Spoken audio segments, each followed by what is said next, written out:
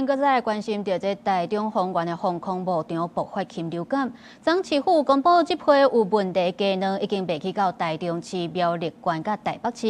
因为台中的业者是出来背货，讲因已经无咧使用迄批鸡卵啊。苗栗的商行要打出会当去退钱的公告。铁门破开，员工准备要闭了。台中丰原防空牧场的卵鸡爆发禽流感，台中市府公布流向，台中有7间做食的甲因进货。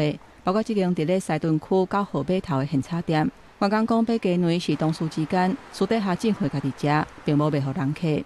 跟同事他进，我们只是跟他自己同仁几个在吃而已我们没有对外，也没有对客人，那个完全都没有了。丰原业家挂包嘛伫咧名单内底，业者讲知影的时阵已经全部落市，嘛甲牧场退货，找其他的公司进货。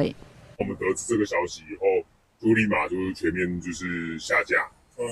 就把蛋都先收起来，然后我们先去附近的全联应急先买一些蛋，然后隔一天就先进其他人推荐的牧场的蛋这样。禽流感爆发了后，市府监控市场的价销，目前鸡卵一斤47块，鸡肉一斤差不多36块半，甲往年差不多。后续要密切观察。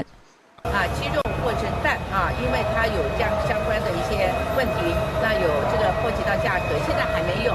不过未来会不会有，我们会密切观察跟注意。苗栗县的相关商行到1月27日为止，拢总甲防空牧场进货4640台斤，卖予附近的散客。业者3早无营业，不过有大退货的公告。